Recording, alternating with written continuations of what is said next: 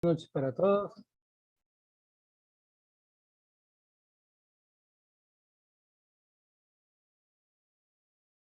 Hemos estado estudiando los salmos todo este tiempo, ¿verdad? Y hemos visto la importancia de los salmos, sobre decirle qué quieren decir los salmos como tal. Pero básicamente los salmos, lo hemos visto algunas veces, es una colección de oraciones, de poemas, de himnos, que centran los pensamientos del adorador en Dios, en alabanza y oración. Partes del libro de los salmos fueron usados como un himnario en los servicios de oración de Antiguo Israel. La herencia musical de los salmos se está demostrada por el título, el psalmai, que es una palabra griega que significa canción cantada con acompañamiento de instrumento musical. Y eso eran los salmos, eran cánticos que cantaba el pueblo de Israel, especialmente en la época de cautiverio y al llegar de él. Y tal vez siempre nos preguntamos, bueno, ¿qué tiene que ver eso conmigo? O sea, no sé. Pero tenemos que recordar que la palabra de Dios dice en Romanos 15:4, todas las cosas que se escribieron antes para nuestra enseñanza se escribieron, a fin de que por la paciencia y la consolación de las Escrituras tengamos esperanza. Parte de todo lo que está escrito en la palabra de Dios es para que tú y yo tengamos esperanza. Claro, en Juan 20 también habla de que Jesús hizo muchas cosas y que todas esas cosas no se podían escribir en el libro, pero que las que se escriban para que creamos en nombre del Hijo de Dios y para que creyendo en Él tengamos vida eterna. Y eso tiene que ver incluso con los salmos también, ¿verdad? En la primera carta de Pedro, en el capítulo 1, versículo 12, la primera parte dice, a esto se les reveló, a los profetas, que no para sí mismos, sino para nosotros, administraban las cosas que ahora os son anunciadas por los que han predicado el Evangelio por él. ¿Qué quiere decir esto? Todo lo que se ha predicado el Evangelio, el Espíritu Santo nos lo ha dado para nosotros. Luego los salmos tienen que ver con nosotros. La importancia es cómo aplicar los salmos y cómo entender el sentido de los salmos para ver cómo lo podemos aplicar.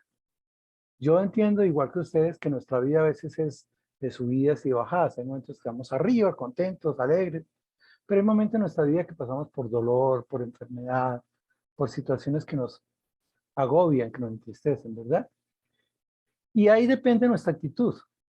Y aunque nuestra actitud y nuestra emocionalidad es cambiante, pues lo importante de los salmos es cómo podernos enfocar en algo que nos permita estar siempre bien. Yo estoy seguro que la experiencia mía es igual a la de muchos de nosotros. Es que cuando están bien las cosas, podemos fácilmente decir gracias a Dios. Pero cuando las cosas no están tan bien, escuchan frases como ¿por qué a mí? ¿Dónde estará Dios en este momento? Y eso es lo que pasa en nuestras vidas. Son como creyentes. Cuando vemos que las cosas van bien, pues es muy fácil dar gracias a Dios. Pero cuando las cosas no están tan bien, ¿cómo está nuestra vida? Y eso nos confunde. Los creyentes somos confundidos porque en medio de ese amor que sabemos que Dios nos tiene, esa fidelidad que Dios nos tiene, pasamos por experiencias duras, dolorosas, sufridas y por muchas circunstancias que a veces nos confunden. Por eso muchos creyentes caen porque dicen, ¿y por qué esto me pasa a mí? Como el vecino, como el de la esquina, como ellos que roban, como a ellos no les pasa nada, y a nosotros sí. Esta tarde estaba escuchando una entrevista que le hicieron a un consejero cristiano, a Andrés, de por qué ayer el Consejo hizo una sesión para hablar del Día de la Biblia. Y él decía, pero ¿cómo es posible que se reúna para hablar de toros, para hablar de maldad, de corrupción, y nunca dicen nada? Y ayer porque nos reunimos para hablar del libro más importante del mundo, el único libro que transforma vidas, si nos caen encima. Y es que eso no tiene sentido, eso es un libro. Entonces, mañana van a hablar de Mormón y pasado mañana van a hablar de otro. Entonces, como uno que queda confundido porque, ¿cómo es posible que en un país como Colombia, donde hay libertad Tiene de culto, prohibido. se tiene prohibido hablar de la Biblia, pero no se puede prohibir hablar de corrupción, se habla del día LGTBI, se habla de toda esa libertad, se hacen sesiones para hablar del aborto, y el hecho de hablar de la Biblia es complicado. Por eso, a veces nos confundimos de ver tanta injusticia y tantas cosas. Yo creo que el salmista pasó por esto, ¿verdad? Y es por eso que se escribe el Salmo 31. Yo entiendo que a veces escuchamos frases como encomienda tu obra a Dios y tendrás éxito. Y eso suena muy bien y las cosas van muy ¿Por bien. qué? ¿Por Pero la mayoría qué? de nuestras Me vidas loca, mueve, quite. dice, Dios es dolor, ¿verdad? Y pensamos en si Dios tiene un propósito para nosotros en nuestras vidas. Lo importante es, como dice en Hebreos 10:23, que hemos de seguir firmes en la esperanza que profesamos, porque Dios cumplirá. No importa que duelan las cosas, no importa que seamos afectados por las cosas, porque nosotros los seres humanos y los creyentes somos afectados por las cosas, ¿verdad? Ahora, yo pienso que nuestra vida es como las cámaras. ¿Qué fotos toma una cámara? Pues todo depende en la vida de nuestro enfoque, porque es que la cámara no solo puede tomar la foto de lo que uno enfoca, ¿verdad? La gran pregunta que tengo en esta noche para cada uno de nosotros es, ¿qué fotos estamos sacando continuamente? ¿Dónde está el enfoque en nuestras vidas? Tal vez algunas personas como esta chica se enfocan en que están presas, en que están metidas en algo, cuando ese frasco está en solo una parte del trasfondo que se puede quitar. Pero a veces no entendemos y nuestras vidas son así. Nos atormentamos, nos afligimos y no entendemos que es algo que es pasajero y transitorio. ¿Qué fotos estamos sacando continuamente? ¿En dónde está nuestro enfoque? Por eso la importancia de hablar del Salmo 31. Recordamos que tiene 24 versículos. Y el bosquejo que voy a tomar es básicamente el siguiente. Del versículo 1 al versículo 13 vamos a hablar de cómo la confianza es probada. Del versículo 14 al versículo 20 vamos a ver cómo la confianza es expresada. Y del 21 al 24 cómo la confianza es retadora. Se puede retar. El tema del Salmo 31 para mí es confiando en Dios a pesar de, a pesar de. Y lo que oro yo al Señor es que a todos nosotros nos permita, independiente de las circunstancias que estemos pasando, enfocarnos en la grandeza de Dios y cómo confiar en Dios a pesar de las pruebas que estamos pasando. Vamos a orar. Amado Dios, Padre Santo, te alabamos y te damos muchas gracias por tu palabra. Gracias porque podemos profundizar en ella y encontrar aliento, consuelo y esperanza para nuestras vidas, Señor. Padre, quiero orar especialmente por la salud de mi hermano Mario, que tú seas obrando en él, sabemos del tratamiento que está haciendo y clamamos a ti. Nuestro enfoque no está en la terapia, aunque damos gracias por ella, sino en la maravillosa forma en que tú actúas en la vida de cada uno de nosotros. Igualmente coloco en tus manos la vida de cada uno que estamos acá. Solo tú conoces lo que hay en nuestro corazón, lo que hay en nuestra mente, las pruebas y dificultades por las que estamos pasando. Y pido que sea tu Espíritu Santo quien use este texto que no es casual, es diosualidad. Tú has permitido que los que estamos acá podamos escuchar estas palabras para poder confiar totalmente en ti, independiente de nuestras circunstancias. Damos las gracias en nombre de Jesucristo. Amén. Bueno, vamos a pasar a este tema y básicamente el versículo 1 dice, en ti, oh Jehová, confiado, no sea yo confundido jamás. Y vamos a mirar cómo el salmista pasa por una serie de pruebas y esa confianza es probada por medio de esto. Yo personalmente creo que este versículo tiene que ver más con la oración que hace. Recordamos que los salmos son cantos o poemas de alabanza, de oración. Y eso es lo que está haciendo él. Acude a Dios y le dice, en ti he confiado, en ti he confiado. Ahora, vamos a mirar a través del Salmo que pasa por circunstancias, que pasa por pruebas, que pasa por dificultades, por enfermedades posiblemente, ¿verdad? Que pasa por el dolor. Y que todas estas circunstancias por las que no solo pasa él, sino pasamos muchos de nosotros, es lo que lo fortalece a él. Tal vez tenía momentos de escasez también y muchos problemas. Y yo te quiero preguntar a ti en esta noche, ¿cómo está tu vida en este momento? ¿Qué camino estás llevando? Ojalá nuestra vida sea ascendente y estemos en el éxito, en el triunfo, en victoria, como decimos tantas veces. Pero tal vez algunos de nosotros estamos pasando por pruebas, por dificultades, por enfermedades, por dolor, por dudas, por humillación, por opresión y por tantas cosas estamos pasando, ¿verdad? El salmista, vamos a mirar, estaba pasando por muchas de estas pruebas, pero él tomó una decisión y la decisión es confiar totalmente. Es como confiar a pesar de las circunstancias, de las pruebas, de las dificultades. La decisión que toma es confiar en Dios. ¿Y por qué decide confiar en Dios? Porque su enfoque no está en las circunstancias. Él no le está diciendo bienvenida a las circunstancias, a las pruebas, a las dificultades. Él no está enfocado en eso. Él está enfocado en Dios. Y él entiende fácilmente que es que el problema es que si yo me enfoco en las circunstancias, en las pruebas o en las dificultades, voy a estar confundido. Cuando el creyente se centra en todas las circunstancias que está pasando, se confunde en la fe. Y se confunde en la fe porque empieza a dudar, pero ¿cómo que Dios es fiel? ¿Cómo que Dios es esto? Y yo estoy pasando por eso. ¿Cómo yo que voy a la iglesia los domingos? ¿Cómo yo que oro? ¿Cómo yo que medito? y paso por eso.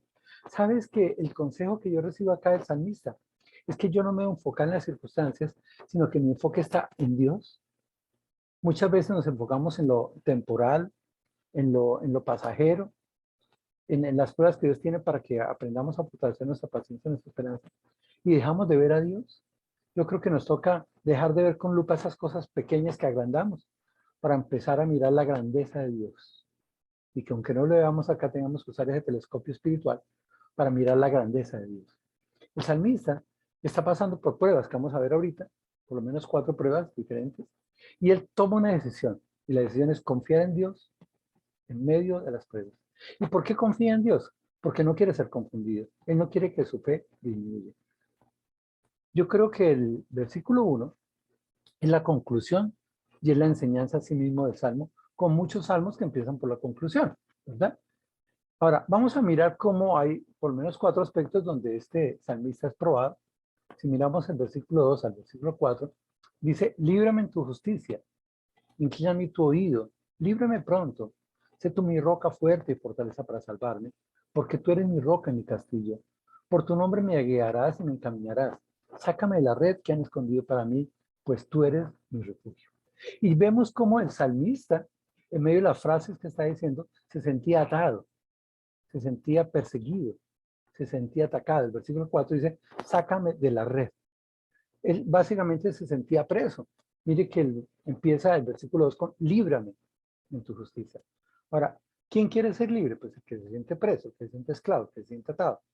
Pero también se sentía apurado, por eso dice, líbrame pronto, porque se sentía apurado. Él decía, ya no doy más. ¿Cuántas veces Jorge Pinzón ha dicho, ya no doy más, ya no aguanto más estas circunstancias? Y uno dice, Señor, actúa pronto, ¿verdad? Y a veces pasamos por dudas porque pensamos, no, es que Dios no nos escucha. Y el problema es el enfoque, repito. El salmista, que está enfocado en Dios y en la misericordia de Dios, acude a Dios. Le dice, líbrame en tu justicia, líbrame pronto. Va más allá, le dice, sé tú mi roca fuerte y fortaleza, porque se sentía débil, ¿verdad? Y él entiende, solo Dios es mi roca y mi castillo. Y si Dios es mi roca y mi castillo, ¿por qué no me voy a enfocar en él? Si yo tengo a quién acudir, si yo tengo a quién resguardarme, si yo tengo a quién estabilizarme, pues acude a él. Su enfoque está totalmente en Dios. Mire que él no está hablando de las pruebas, ni de las dificultades, ni de la enfermedad. Está hablando de Dios, ¿verdad? Y él reconoce la fidelidad de Dios, ¿verdad? Y aunque se sentía enredado, cuando le dice, sácame la red, él mira a Dios, ¿verdad? Y se sentía perseguido. Él pensaba que esa red que habían puesto allí era parte de la persecución que él tenía. Por eso, sácame la red que han escondido para mí, pues tú eres mi refugio. Luego miramos cómo en estos 3 versículos el salmista se sentía preso, apurado, débil, enredado, perseguido, como tal vez muchos de nosotros nos sentimos. Pero ¿dónde está el enfoque del salmista? El enfoque del salmista está no en los problemas, no en las dificultades, sino en la grandeza de Dios. Por eso, él no dice, ay, míreme en medio de esta prueba que estoy yo preso. No, él le acude a Dios y dice, líbrame en tu justicia, ¿verdad? Líbrame en tu justicia. Él no dice, ay, no, estoy solo y no hay quien me escuche. No, él dice, escúchame Dios, inclina a mí tu oído. Ese inclina, entendemos fácilmente que es alguien grande que tiene que agacharse para escucharnos. Y lo que escucha es el oído. Estaba yo pensando en estos días, hace mucho tiempo yo tuve un enfermo que estaba muy débil, muy decaído. Y él quería hablarme y yo no le entendía. ¿Qué me tocó hacerme a mí? Inclinarme y colocar mi oído en la boca de él casi para que el susurrar de sus labios pudiera hacerle entender lo que él tenía. Yo creo que es la expresión del salmista. A veces uno se siente tan débil, tan agotado, que le dice, ay, inclina tu oído que yo ya no quiero gritar, yo no quiero hablar duro, ¿verdad? Y estaba tan apurado que le dice, líbrame pronto. Por favor, Señor, si lo vas a hacer, hazlo pronto, que ya no hay más. Luego le dice, fortaléceme. Sé tú mi roca fuerte y fortaleza para salvarme. Mire que él sabe que Dios es la roca. Mire que él sabe que Dios es la fortaleza. Pero la expresión de él es, sé tú mi roca. Es decir, que yo pueda entender en este momento que esa roca es para mí. Y por eso dice el versículo 3, porque tú eres mi roca y mi castillo. Tú eres quien me guardo, quien me estabilizo, mi castillo. Y le dice, protégeme, ¿verdad? Pero también le dice, por tu nombre me guiarás y me encaminarás. Es decir, guíame. Y lo dice por tu nombre. Vamos a mirar ahorita qué quiere decir eso. Pero ¿qué es lo que necesita el salmista? Ser guiado, ser protegido, recibir fuerza, alguien que lo escuche y alguien que lo libre. ¿Y quién puede hacer eso? Dios. Por eso el salmista no se enfoca en las pruebas ni las dificultades, sino en Dios, ¿verdad? Ahora, él sabe que hay personas que lo están persiguiendo. Dice, sácame la red que han escondido para mí. Ellos hacían trampa. Esa red es una trampa, así como el pescador tira la red para hacerle trampa a los peces. Él sentía que la gente que lo rodeaba le estaba haciendo trampa. Querían hablar más de él y que le habían puesto esa red para que él cayera en él, para que estuviera allí, ¿verdad? Que habían planeado, había gente que se había reunido para planear cómo hacerlo caer a él. Pero lo que más me gusta de esta porción es que al sentirse atado, perseguido, atacado, débil, vulnerable, él confía en Dios. Él busca a Dios. ¿Y por qué busca a Dios? Porque conoce a Dios. ¿Y qué conoce de Dios? Que Dios es justo. Por eso le dice, líbrame en tu justicia. Que Dios nos escucha y es misericordioso. Por eso dice, inclina a mí tu oído. Es decir, ante mi necesidad, que tu corazón se mueva a esa necesidad. Inclina a mí tu oído para que me escuches. Dios actúa a tiempo. Dios tiene un tiempo para todo. Dios conoce de tiempos. Yo quiero que las cosas sean ya, pero Dios tiene su tiempo para que nosotros aprendamos. El salmista era consciente de eso, aunque le dice líbrame pronto, y está dispuesto a esperar. Pero también sabe que Dios es la fortaleza.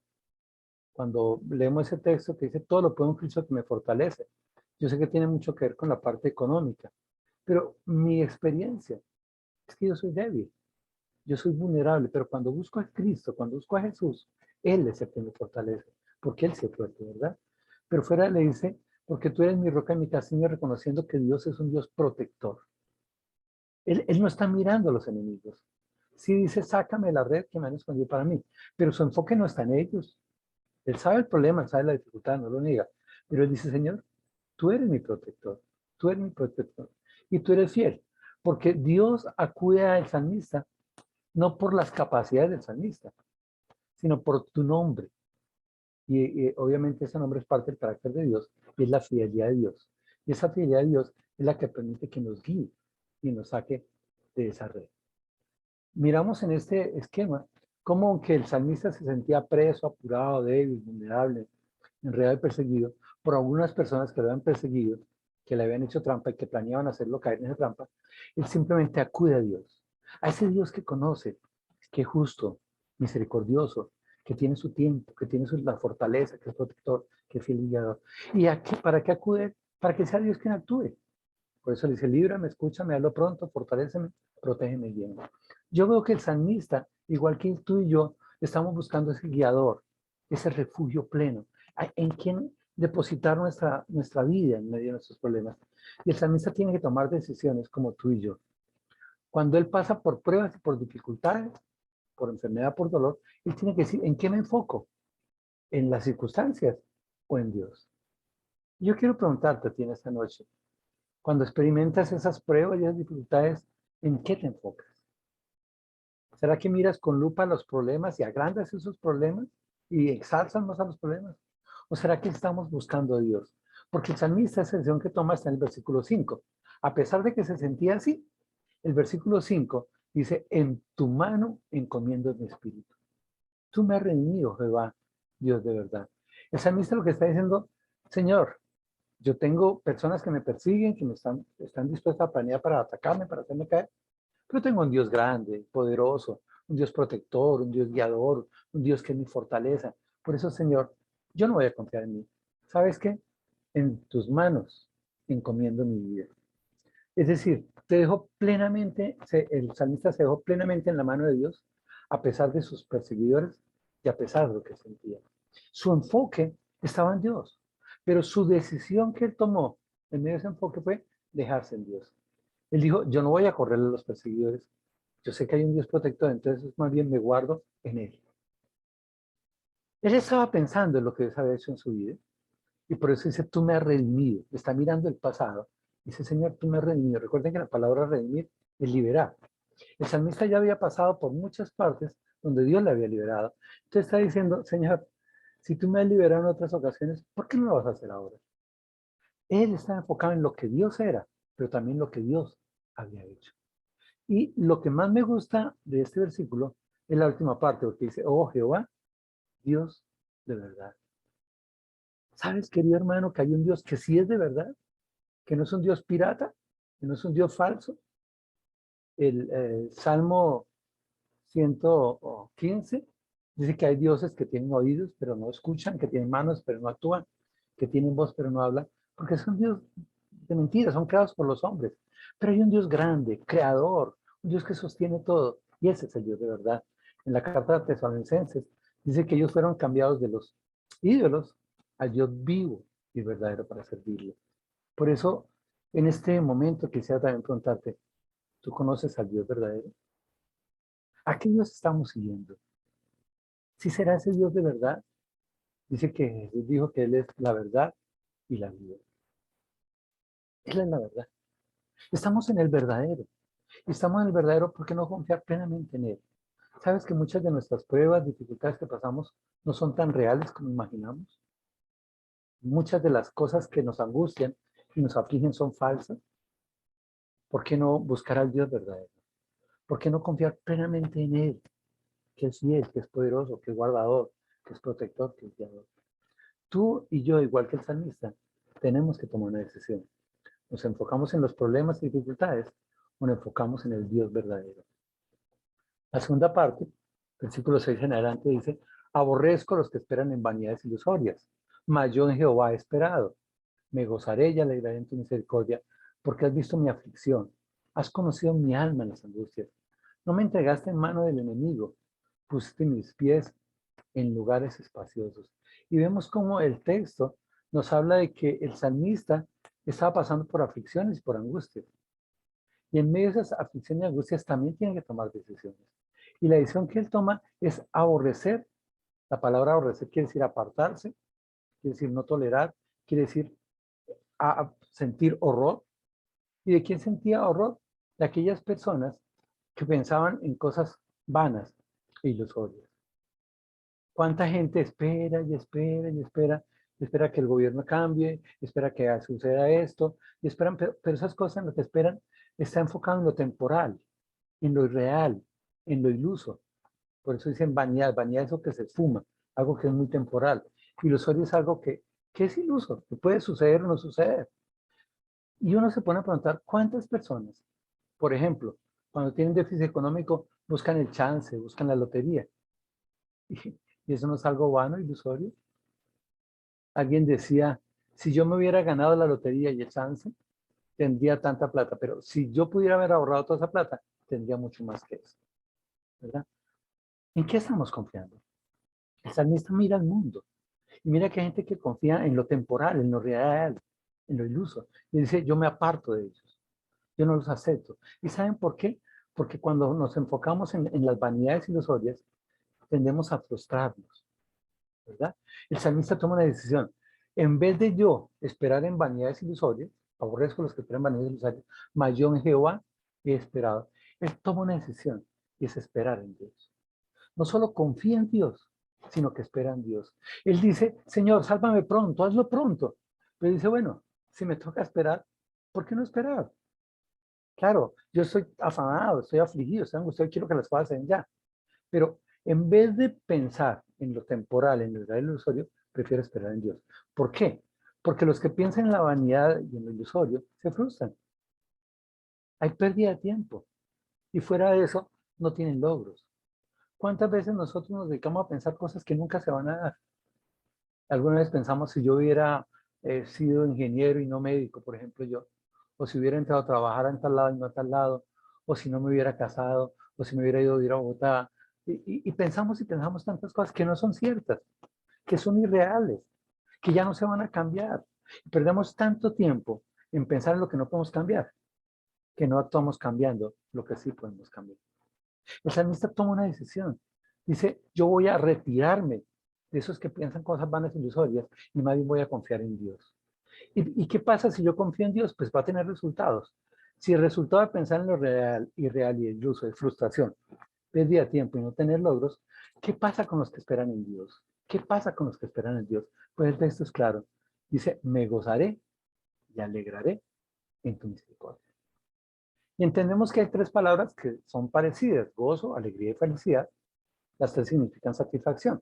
Gozo es la satisfacción en mi relación con Dios. Y alegría es mi satisfacción en lo que yo escucho o en lo que yo sé. El salmista estaba diciendo, mire, esas personas piensan cosas vanas y ilusorias, pero yo estoy esperando en Dios. ¿Por qué? Porque lo más lindo que puede tener la persona es confiar en Dios, guardar su relación. Por eso dice gozo. Y cómo esa relación le permite conocer a ese Dios grande, protector, cuidador, y eso me da alegría. El salmista está totalmente seguro que su enfoque debe estar en Dios, no en pensar en lo temporal, irreal y lo iluso, no en pensar en la aflicción y la angustia, sino dice, yo voy a buscar de Dios, voy a esperar en Dios. Y si yo espero en Dios, voy a pensar en su misericordia.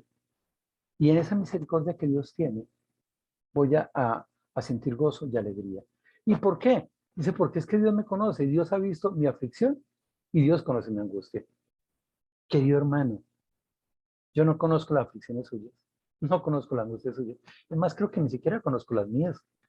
Pero hay un Dios grande, poderoso, soberano, que conoce nuestras aflicciones, que conoce nuestras angustias, no para juzgarnos, no es para criticarnos, sino para protegernos. Por eso dice el versículo 8, a pesar de que tú conoces mi aflicción, a pesar de que tú conoces mi alma en las angustias, no me entregaste en mano del enemigo. ¿Sabes que el enemigo quería oprimirlo? El enemigo quería acabarlo, quería ponerle esa red. Y sabe que él dice, Dios me conoce. Y como Dios me conoce, me va a guardar porque Él es fiel, porque Él es amoroso. Y en vez de entregarme en la mano del enemigo, lo que hace hacer es poner mis pies en lugares espaciosos. Él se sentía preso, atado, débil, limitado. Pero sabe que Dios lo va a llevar a campos grandes, porque Dios conoce su aflicción, porque Dios ve su aflicción y conoce su angustia. Y entonces está totalmente seguro el salmista que puede confiar en Dios a pesar de las aflicciones, a pesar de las angustias. Y para eso tiene que tomar una decisión: aborrecer y apartarse y no tolerar a las personas que solo piensan en vanidades ilusorias, mientras lo que él quiere es esperar plenamente en Dios. Ese Dios que lo conoce, ese Dios que actúa. Pero también muchas veces el pecado se mete en nuestras vidas. Y es lo que habla el versículo 9 y el 10. Dice, ten misericordia mío Jehová, porque soy en angustia. Se han consumido de tristeza mis ojos, mi alma también y mi cuerpo, porque mi vida se va gastando de dolor y mis años de suspirar. Se agotan mis fuerzas a causa de mi iniquidad y mis huesos se han consumido. Recuerde que la palabra iniquidad, inico, es pecado. Y él lo que está diciendo es que el pecado que él tuvo, el pecado que a veces uno oculta ante Dios, o pretende ocultar ante Dios, y que no pide perdón a Dios, nos va deteriorando. Por eso, él toma una decisión. No se enfoca en el pecado, ni en lo que produce el pecado, sino en la misericordia de Dios. Él acude a Dios. Él quiere probar esa confianza. Y la forma de probar esa confianza es diciendo, yo sé que hay un Dios grande y misericordioso. Señor, yo reconozco que he pecado y que este pecado está en esta cosa en mi vida, pero te pido que tengas misericordia. Es que llegues a esa necesidad en el pecado, ¿verdad? Su enfoque está puesto en Dios, pero reconoce lo que ha pasado en su vida. ¿Y qué ha pasado en su vida? Que estaba en angustia. Esa palabra angustia quiere decir algo que empieza a afectarnos físicamente, que produce taquicardia, como falta de respiración, como que quiero correr y me siento ahogado. Esa angustia tiene que ver con eso. Y es la causa que estaba sintiendo el salmista. El salmista se sentía en angustia, pero esa angustia estaba produciendo cosas en él. Por eso él dice, en medio de mi angustia, voy a ti para que tengas misericordia. ¿Qué estaba sucediendo en él? Tres cosas. Él dice, se ha consumido de tristeza mis ojos porque estaba llorando. Mi alma también se había entristecido. Habla de la parte emotiva del ser humano y también mi cuerpo. Es decir, que la angustia afecta nuestras emociones. La angustia afecta a nuestros sentimientos, pero también afecta a nuestro cuerpo. ¿Cuánta gente entra en angustia, en periodos de angustia, no duerme, no come y se va afectando? Eso está pasando con él. Y él reconoce que esa angustia lo único que está haciendo es gastando su vida. ¿Sabes, querido hermano? Que la vida es corta. No importa que tú vivas 80, 90, 100 años, la vida es corta. Si algo aprendimos del COVID es la vulnerabilidad del ser humano, pero también que la vida es corta, que en un momento llega. Y él se sentía tan angustiado que sentía que su vida se estaba afectando y estaba gastada. ¿Por qué? por el dolor, por los años de suspirar, y se agotaban sus fuerzas. ¿A causa de qué? Del pecado. El pecado es lo que más deteriora no solo nuestra vida, sino nuestra calidad de vida, como habla el Salmo 34, que habla de la calidad de vida. Y el problema es que ese pecado estaba produciendo en él todas estas cosas, ¿verdad? Estaba desgastando de dolor, estaba suspirando. Y acuerden que la palabra suspirar es el llanto del alma. Es cuando uno hace, ya no puedo más. Como que uno ya pierde el sentido de las cosas. Y obviamente todo eso hace que se afecte la parte física y se produce debilidad física. Todo eso por el pecado. Y por eso, y mis huesos se han consumido. Esos huesos se han consumido. Implica el envejecimiento del ser humano, donde podríamos hablar de la osteoporosis y cómo esa osteoporosis hace que se consumen esos huesos. Todo eso tiene que ver químicamente con la baja de alcalinización del cuerpo. Pero en pocas palabras lo que está diciendo él es, Señor, ten misericordia porque estoy angustiado. Esa angustia está afectando mis emociones, mis sentimientos y mi cuerpo. Y yo entiendo que la vida se me está desgastando por el dolor que siento. Porque no hago más sino suspirar y esperar, ay, ¿cuándo será? ¿Cuándo será? Y eso me está debilitando y me está envejeciendo. Ahora, ¿por qué clamaba misericordia? Porque él sabía que Dios podía limpiar su corazón, porque Dios podía transformar su corazón y quitar el pecado. Y confiamos en Dios, que a pesar del pecado, Dios quiere que tú y yo nos arrepentamos para ir a Él. Y Él quiere sanar nuestra vida, y quiere sanar nuestro corazón. Por eso, querido hermano, si el pecado está rondando tu vida, y si ese pecado está afectando tu parte emocional, tu parte sentimental, tu cuerpo, yo quiero que hoy pienses en la misericordia de Dios. Dios es misericordia y Dios quiere perdonar tu pecado. Dios, podemos confiar en Él a pesar de todo eso que estamos viviendo. Y cómo entregarle al Señor nuestro todo, entendiendo que Él quiere que nosotros busquemos la santidad y que Él quiere limpiar nuestro corazón. Y por eso acude a la misericordia de Dios. ¿Sabes que Jesús en su misericordia murió por nosotros en la cruz para pagar por nuestro pecado? No importa qué tan grande sea el pecado, la sangre de Cristo vale mucho más que eso y pagó totalmente nuestro pecado. Pero también se sentía solo y atacado. Dice el versículo 11, de todos mis enemigos soy objeto de oprobio y de mis vecinos mucho más. Y el horror de mis conocidos, mire, habla de tres cosas. Sus enemigos, que sentía oprobio, sus vecinos, que lo ofendían mucho más, y fuera de eso, aún sus conocidos se horrorizaban de eso. Y los que me ven fuera huyen de mí. Mire, este hombre se sentía en vergüenza y en deshonra. La palabra oprobio quiere decir quitarle la honra a alguien por medio de hablar. ¿Y qué debe él? Que todos los que lo rodeaban lo estaban atacando. ¿Cuántas veces conspiran contra nosotros y nosotros pensamos que todo el mundo nos está atacando? Y de hecho, muchas veces sucede eso, porque al creyente quieren caerle encima. Decía Andrés esta tarde que si él hubiera hablado de trago y todo el mundo lo hubiera aplaudido y hubiera dicho, listo, qué chévere, hagamos eso. Pero como habló de la Biblia, todos le cayeron encima. Y al creyente todo eso. Mire la sensación de salmista. Dice, de todos mis enemigos, soy objeto de deshonra, ¿verdad? Aún mis vecinos, mucho más. Es decir, mientras más cerca, más quieren atacarlo a uno. Y los conocidos se horrorizaban, decían, ¿cómo? ¿Usted no que es cristiano? Y mire lo que están hablando de usted, y mire cómo están afectando a usted. Y entonces los que lo veían fuera, huían de él. ¿Y no es la vida creyente? La gente no huye de nosotros. Estaba yo en una viaje estos días con los compañeros de trabajo, y había un muchacho, compañero, que toma trago y que baila y todo. Y yo en un momento me fui para un lado donde estaban varias personas y yo vi que cada uno fue saliendo donde estaba él y armaron la rumba por allá. Y a mí me daba risa porque yo estaba muy tranquilo en un sitio y solo llegó una persona y me decía, doctor, ¿qué haces solo? Le dije, no, pues está acá pensando, meditando. Dijo, ay, sí, a mí me harta eso porque todos se fueron fue con él. La gente busca el pecado. La gente no va a buscar de nosotros. Pero sabe que él se sentía tan afectado que él pensaba que estaba solo. Por eso dice, he sido olvidado de su corazón como un muerto. Sentía que había muerto para ellos, porque estaban separados. Y es lo lógico. El mundo se debe separar de nosotros, porque nosotros morimos para el mundo, para servir a Cristo. Y se sentía tan mal que se sentía inútil. Por eso dice, he venido a ser como un vaso quebrado. ¿Y para qué sirve un vaso? Pues para tomar líquidos. Pero si el vaso está roto, ¿quién va a tomar líquidos de ese vaso? Por eso él se sentía inútil. Y a veces los que nos sentimos inútil porque el mundo se va. Y muchos de nosotros tomamos decisiones y decimos, no, yo voy con el mundo. Pero cuidado, eso es solo confusión. El salmista empieza por ahí. Prefiero confiar en Dios que llegar a confundirme. Y eso estaba pasando el salmista acá. Se sentía solo, se sentía atacado, y veía que todos los que lo rodeaban se habían apartado de él para criticarle, para avergonzarle y para deshonrarle, ¿verdad? Pero él toma una decisión. Él sabe que esto que está pasando es real. Por eso dice, porque oigo la calumnia de muchos. Y ese oír la calumnia de muchos le produce miedo. El miedo más alta por todas partes, ¿verdad? Y es tanto que él dice, mientras consultan juntos contra mí, debían quitarme la vida. Él entiende que estaban planeando cosas contra él. Mire, querido hermano, cuando nos enfocamos en lo que dice el mundo de nosotros, cuando nos enfocamos en lo que dicen nuestros enemigos de nosotros, a veces sentimos miedo. Y a veces llegamos a pensar que ellos están conspirando contra nosotros y que van a cumplir con las cosas, ¿verdad?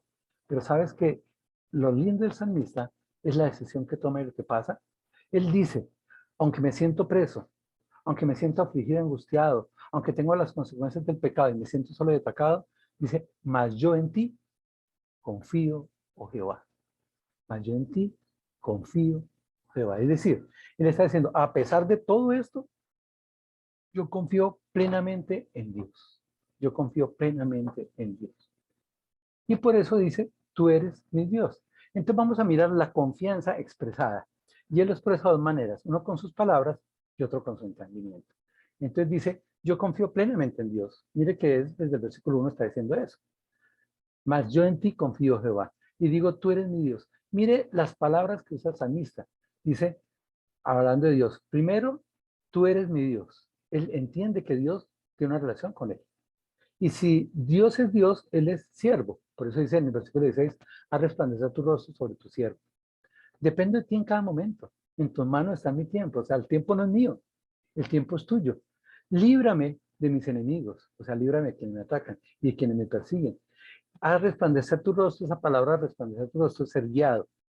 Es como un faro que alumbra para que yo camine por allá. Y habla de que Él es su siervo. Está diciendo, a pesar de que toda esta gente está contra mí, a pesar de cómo me siento yo solo, desprotegido, enredado, Señor, guíame para poderte servir a ti. Y dice, sálvame. ¿Y qué es lo que hace que sea salvo? No son sus capacidades, sino la misericordia de Dios. Esa misericordia de Dios que hablaba cuando había caído en pecado y que sabía que ese pecado lo estaba agotando. Por eso dice, ten misericordia de mí. Qué lindo que tú y yo podamos enfocarnos en la misericordia de Dios, en cómo a pesar de nosotros mismos, el corazón de Dios se mueve ante nuestra miseria. ¿Y para qué clama todo esto? Para que no se haya avergonzado. Acuérdense que ya han visto que los enemigos no hacían más sino ponerle un oprobio, ¿verdad? Él no quería ser avergonzado. Y la forma en que él entiende que no va a ser avergonzado es cuando guarda esa relación con Dios, cuando dependa de Dios en cada momento y cuando sea Dios quien lo libre, lo guíe y lo salve. Entonces, mira a los que le persiguen, ¿verdad? Y su enfoque no está en los que le persiguen. Mira a los que le persiguen, ¿verdad? ¿Para qué? Para que Dios actúe en ellos mismos. Su enfoque, el enfoque del salmista siempre está en Dios, no en las dificultades. Entonces dice, mire, no sea yo avergonzado, Jehová, yo que te he invocado. Más bien, sean avergonzados los impíos.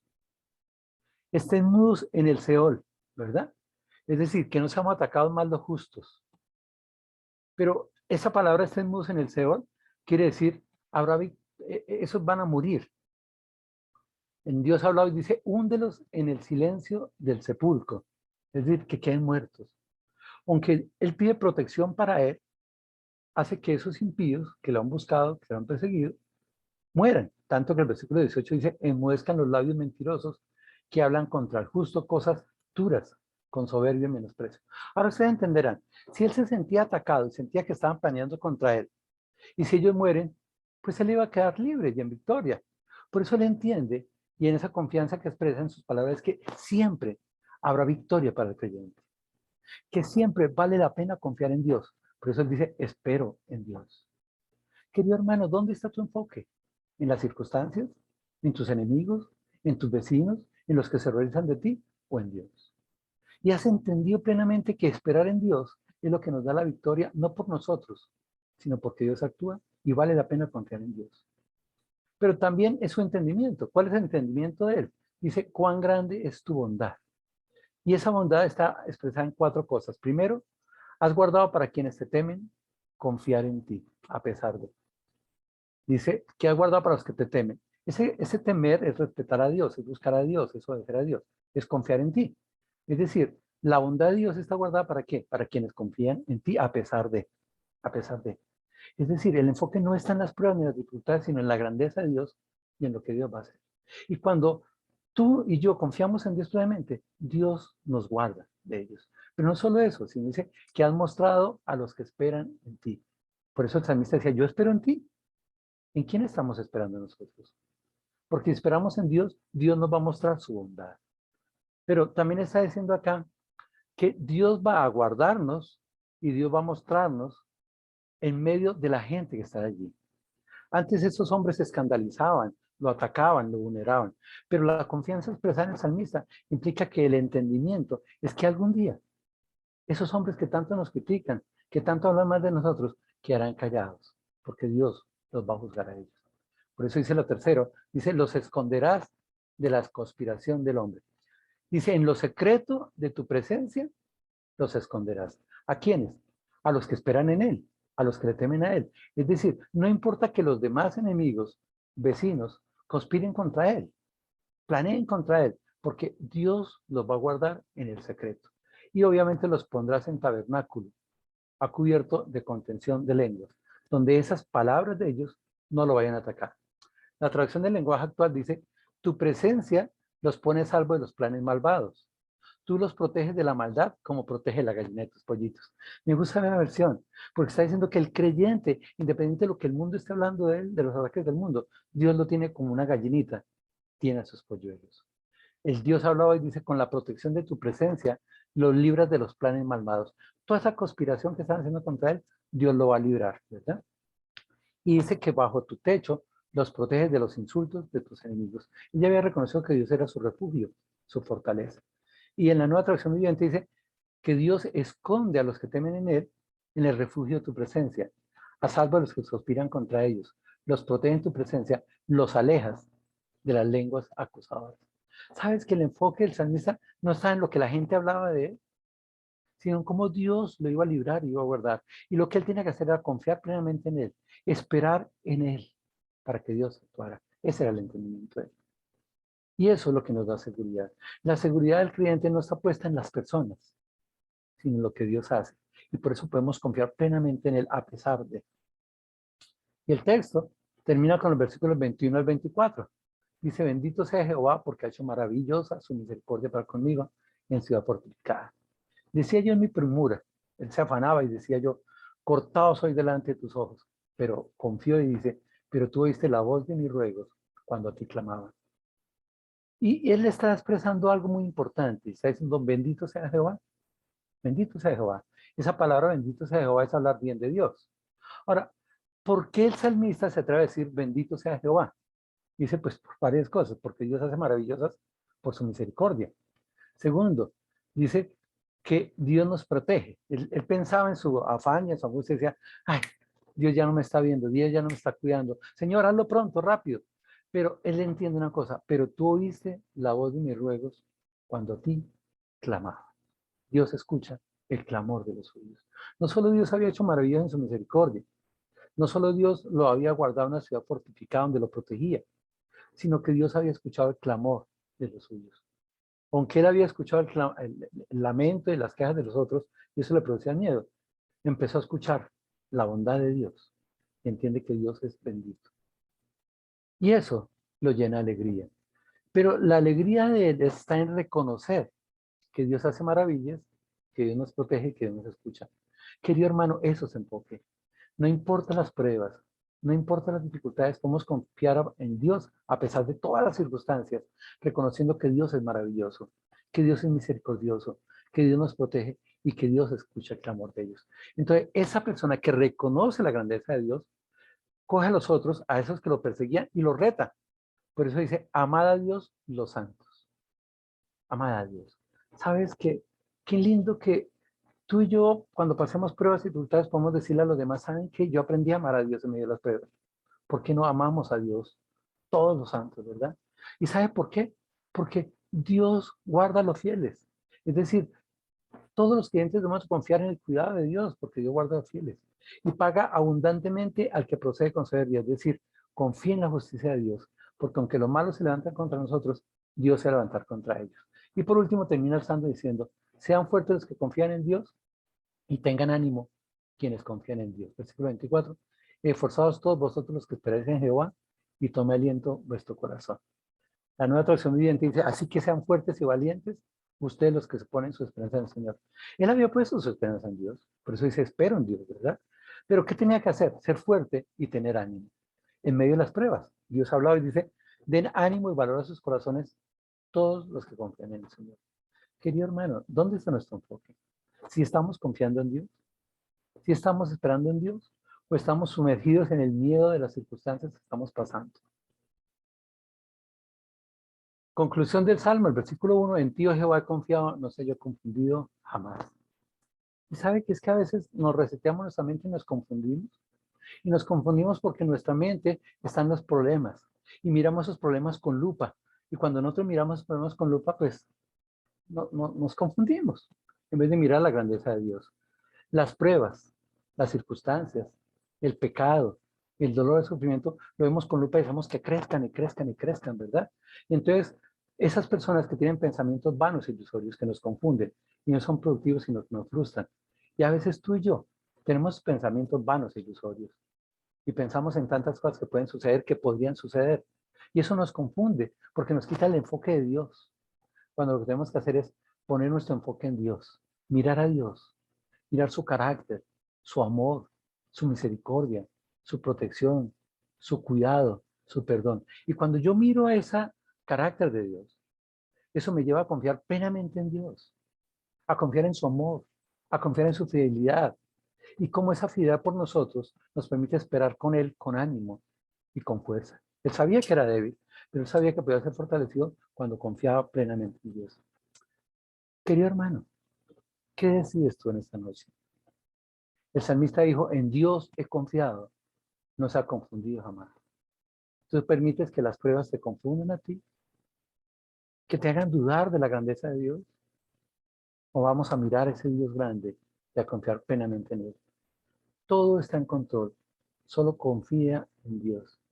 Bueno, nos vamos a orar. Amado Dios, Padre Santo, te damos gracias por tu amor y por tu misericordia. Gracias por tu bondad, por que tú eres protector, cuidador, guiador, consolador.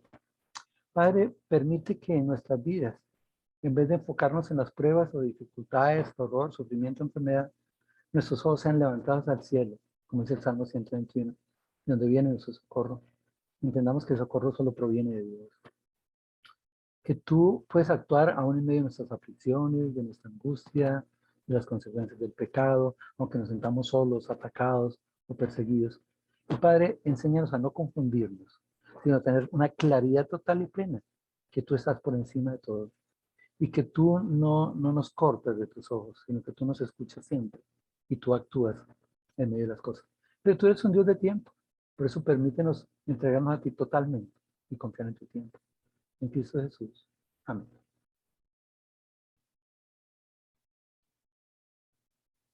Bueno, muchas gracias. Amén. Amén, hermano Jorge, muchas gracias. Muchas gracias, hermano Jorge. Feliz noche para todos, hermanos. Que el Señor les bendiga. Gracias, lo mismo. Las damas, que no olviden su compromiso mañana a las 7 de la noche. Chao, chao. Dios les bendiga, hermanitos. Feliz noche. Amén, amén. Hermano Mario. Dios los bendiga a todos ustedes, hermanos. Saludos. Amén. Mario. Amén, hermano. Hermano Saúl. Muy bueno. Buenas noches, hermanos aún. Buenas noches. Para todos. Mañana, hermanos. Que Dios los bendiga. Amén. Amén.